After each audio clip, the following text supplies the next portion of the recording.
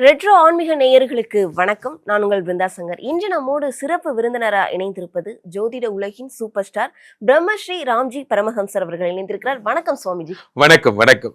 கண்டிப்பா நம்ம சனிப்பயிற்சியில இருக்கக்கூடிய பலன்கள்லாம் பார்த்தோம். அதை தொடர்ந்து இருக்கக்கூடிய 5 கிரக சேர்க்கையை பத்தி மக்கள் கேட்கிறாங்க. இந்த 5 கிரக சேர்க்கை என்னென்ன, எல்லா ராசிக்காரர்களுக்கும் எந்த மாதிரியான பலன்கள் இருக்கும்? 5 கிரக சேர்க்கை. இதுல முக்கியமான விஷயம் என்ன அப்படின்னா, இந்த மார்ச்ல நிறைய விஷயங்கள் நடக்க போகுது. முக்கியமா மார்ச் 6ஆம் தேதி சனி கும்பத்திலிருந்து மீனத்திற்கு வருகிறார். அது எல்லாருக்கும் தெரியும் பாக்கியப்படி. ஆனா தெரியாத விஷயம் நிறைய இருக்கு. 12ஆம் தேதி குரு பகவான் வக்ர நிவர்த்தி அடைகிறார். சூப்பர். அடுத்ததாக சூரிய பகவான் 15ஆம் தேதி என்ன பண்றார்? மீனத்திற்கு வருகிறார். சூப்பர். அடுத்ததாக புத பகவான் இவர் 3ஆம் தேதியே வந்துட்டார், மார்ச் 3. அடுத்ததாக அப்படி வரிசையா செவ்வாய் பகவான் மார்ச் எண்டில் ஏப்ரலில் என்ன பண்ணுறார்? மீனத்திற்கு வருகிறார். இப்படி இவங்க எல்லாருமே மொத்தமாக ஒரு இடமா சேர்ந்து மீனராசியில் சந்திக்கிறார்கள்.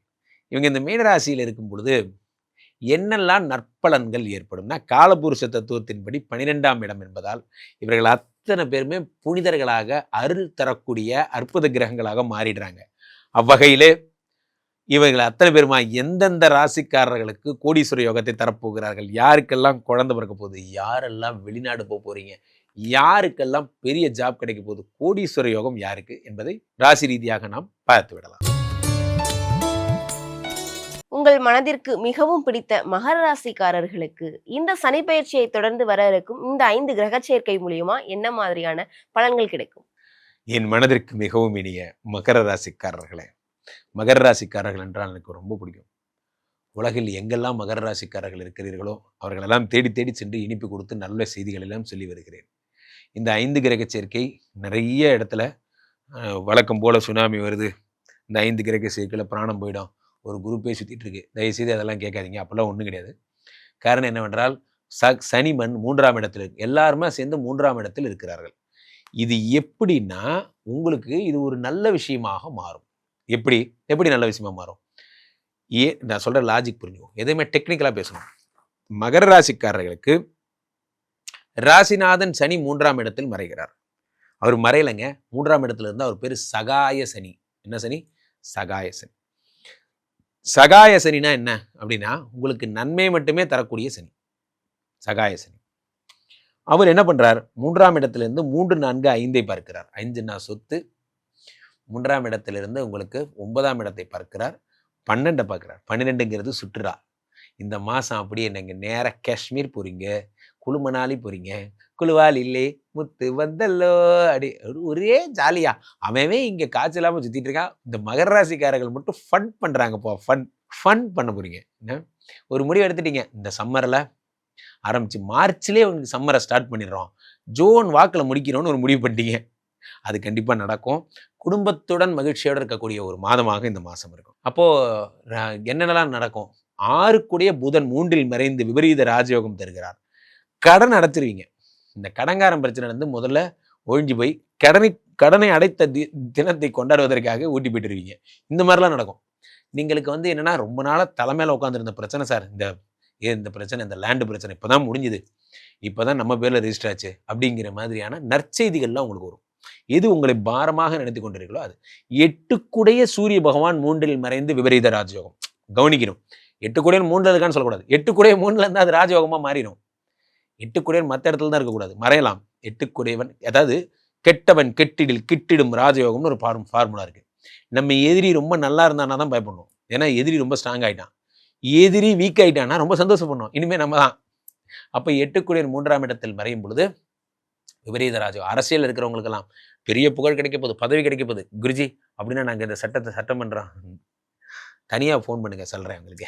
ஸோ அப்போது அரசியல் பதவிகள் உங்களை தேடி வரும். அப்போ அரசு சம்மந்தப்பட்ட ஆதாயங்கள், கான்ட்ராக்ட்லாம் கிடைக்கும். நான் பில்டிங் கான்ட்ராக்ட் பண்ண, ரோடு போட போகிறேன், நான் இது பண்ண போகிறேன், அது பண்ண, எதை வேணால் பண்ணுங்கள். உங்களுக்கு எதை நீங்கள் செய்தாலும் எடுத்த காரியம் யாவினும் வெற்றி, எங்கு நோக்கினும் வெற்றி. 8 3இல் மறைகள். அடுத்ததாக யார் மறைகிறாங்க?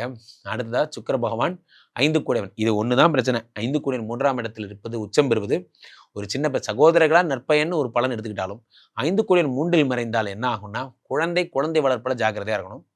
குழந்தை மாடி படிக்கட்டில் ஏறுறப்ப ஜாக்கிரதையாக பாருங்கள், கீழே விழுறது, கை காலை உடச்சிக்கிறது போன்ற பிரச்சனைகள் ஏற்படும். ரெண்டாவது விஷயம் என்னென்னா, சுக்கிர பகவான் 3ஆம் இடத்தில் மறைவதால் மனைவி கூட சின்ன சின்ன கிளாஷஸ் போன்றவை ஏற்படும். மற்றபடி மகர ராசிக்காரர்கள் சிறப்பு. இவர்கள் எந்த மாதிரியான தெய்வ வழிபாடுகளை மேற்கொள்வது நல்லது? இவர்கள் வழக்கம் போல தான் 3ஆம் இடத்துல சனி பகவான் இருப்பதா வித ராசிநாதன். அப்போது திருநள்ளாறு சென்று சனி பகவானை வழிபட்டு சனிக்குரிய பிரீத்திகள் எல்லாம் செய்ய வேண்டும். ஸோ சனிக்கு அல்லது இங்கே நிறைய பேருக்கு தெரியாது, பொழிச்சலூர்னு ஒரு இடம் இருக்குது இங்கே சென்னையில். பொழிச்சலூர் அங்கே போனால் அகத்தீஸ்வரர் கோயில்னு ஒரு கோயில் இருக்குது. அந்த அகத்தீஸ்வரர் கோயிலுக்கு நீங்கள் சென்று காலபைரவ சுவாமியை வழிபட்டு வர இந்த சனியுடைய பிரச்சனைகள் தீரும். சுவாமிஜி, இந்த சனி பயிற்சியை தொடர்ந்து வரக்கூடிய 5 கிரக சேர்க்கையை பத்தி நம்ம இவ்வளவு நேரம் பேசணும். இந்த 5 கிரக சேர்க்கை என்னென்ன, இது எந்த மாதிரியான தாக்கத்தை கொடுக்கும் ராசிக்காரர்களுக்கு? ஒவ்வொரு ராசிக்காரர்களுக்குமா இந்த 5 கிரக பயிற்சியும் ஒவ்வொரு விதமான தாக்கத்தை ஏற்படுத்துகிறது. பொதுவாகவே இருந்தா இந்த காலபுருஷ தத்துவத்திலே சுக்கிரன் உச்சம் அப்படின்னாலே சும்மா ஜம்முன்னு இருக்கலாம். காரணம் என்ன அப்படின்னா, உலகத்துல சுகபோகங்களை, ஆடம்பரத்தை, சௌந்தர்யத்தை எல்லாத்தையும் தரக்கூடிய ஒரு ஆள் யாருன்னா நம்ம சுக்கிரன் தான். சுக்கிரனே உச்சம் அப்படிங்கிறப்ப என்ன ஆகும் அப்படின்னா, இந்த பொதுவாகவே ரொம்ப கம்ஃபர்ட்டா, ரொம்ப பணவரவு. சுக்கிரன்னா தனவரவுன்னு அர்த்தம். பெரும்பணம் எல்லாம் சுக்கிரன் தான். அப்போ பொதுவாகவே இந்த மார்ச் ஏப்ரல் மேல எல்லா ராசிக்காரருக்குமே நிறைய காசு, பணம், துட்டு, மணி வருவதற்கான விஷயங்கள் வந்துடும். சுக்கிரன் உச்சங்கிறப்ப காதல் எங்கெங்கு திரும்பினும், ஏப்ரல் மேயிலே பசுமையிலே அதெல்லாம் அது ஏப்ரல் மே, இது மார்ச். So no problem. அப்போ உங்களுக்கு ஃபுல்லாக இளமைக்கான மாதம் இது. சில பேர் இப்போல்லாம் நிறைய பேர் டைவர்ஸ் ஆனவங்களுக்கெல்லாம் கூட, உங்களுக்கு ஒரு நாள் ஆச்சு சார், எனக்கெல்லாம் இப்போ 50-52 வயசு ஆச்சு, 20 வருஷம் ஆச்சு சார், நான் அப்படியே பிரம்மச்சரியாவே இருந்துட்டேன். திடீர்னு ஒரு ஆளை பார்ப்பீங்க, திடீர்னு உங்களுக்கு இப்போ கல்யாணம் பண்ணிக்கணும்னு தோணும். எல்லாமே திரும்புதே நானே அப்படியே. சார், வாழ்க்கையில ஒரு மனிதனுக்கு காதல்னு ஒன்று வந்துருச்சுன்னா அதுக்கப்புறம் மற்றதெல்லாம் தன்னால் நடந்துடும். அவங்க நமக்கு ஒரு டார்கெட் வைப்பாங்க, இனிமேல் நீ குடிக்கூடாதுப்பாங்க, விட்டுருவோம், இனிமேல் நீ வாழ்க்கையில் பெரிய அனுபவம், ஏதோ ஒரு சக்தி பாருங்க அவங்களுக்காக பண்றதா நினைச்சு நீங்க உங்க லைஃபையே மாத்திக்கிறீங்க பார்த்தீங்களா? அதுதான் காதலின் அற்புதம். நல்ல காதல் வாழ வைக்கும். ஸோ அப்போ சுக்கிர பகவான் என்ன பண்ண உச்சமாகிறார். இதோட சேர்ந்து என்ன ஆகுதுன்னா, எல்லா கிரகங்களுமே காலபுருஷ தத்துவத்தின்படி குருவின் வீட்டுக்கு வராங்க. 2 விஷயம் இருக்கு பிருந்தா. எந்த கிரகமாக இருந்தாலும் குரு வீட்டுக்கு வந்தா புனிதராயிருவாங்க. ஸோ குருவிட வீட்டுக்கு இவங்க எல்லாரும் வர்றது மிக அற்புதமான விஷயம். இவர்கள் பொதுவாகவே யாருக்குமே எந்த ப்ராப்ளமும் பண்ணக்கூடியவராக இல்லை. அதுல ரொம்ப முக்கியமா நான் 2 விஷயம் சொல்லணும். ஒன்று, இந்த பக்கம் மிஸ்டர் சனி, இந்த ஆள் இப்போதான் பெயர்ச்சி ஆனார். 6ஆம் தேதியிலிருந்து மீனராசியில உச்சம் பெற்றார் குருவுடைய வீட்டில். இந்த பக்கம் மிஸ்டர் குரு வக்கர நிவர்த்தி அடைஞ்சாரு. இது 12ஆம் தேதி. இனி உங்க வாழ்க்கையில பெரிய ப்ராப்ளம் எதுவுமே நடக்காது. கண்டிப்பா இந்த 5 கிரக சேர்க்கையை பத்தி நிறைய விஷயங்கள் சொல்லியிருந்தீங்க. கண்டிப்பா இது மக்களுக்கு ரொம்பவே பயனுள்ளதா இருக்கும். மக்கள் உங்களை தொடர்பு கொள்றதுன்னா எப்படி தொடர்பு கொள்வது சாமிஜி? மக்கள் என்னை தொடர்பு கொள்வதற்கு கீழே போயிட்டு இருக்க இந்த நம்பரை கூப்பிடுங்க. உங்களோட சொந்த ஜாதகத்தை பார்த்துக் கொள்ளுங்கள். உலக புகழ் வாய்ந்த நமது விஸ்வரூப விஷ்ணுமாயா இணைந்தரில் இருக்கக்கூடிய புனிதமான இந்த ஸ்ரீமடத்திற்கு தினமும் வாருங்கள், வந்து என்னை சந்தியுங்கள். ஸ்ரீமடத்துக்கு வந்து ஒரு தடவை பார்த்துட்டு இந்த விஷ்ணுமாயாவை வழிபட்டு சென்றால் உங்களுடைய பிரச்சனைகள் எல்லாம் தன்னால் சரியாகும்.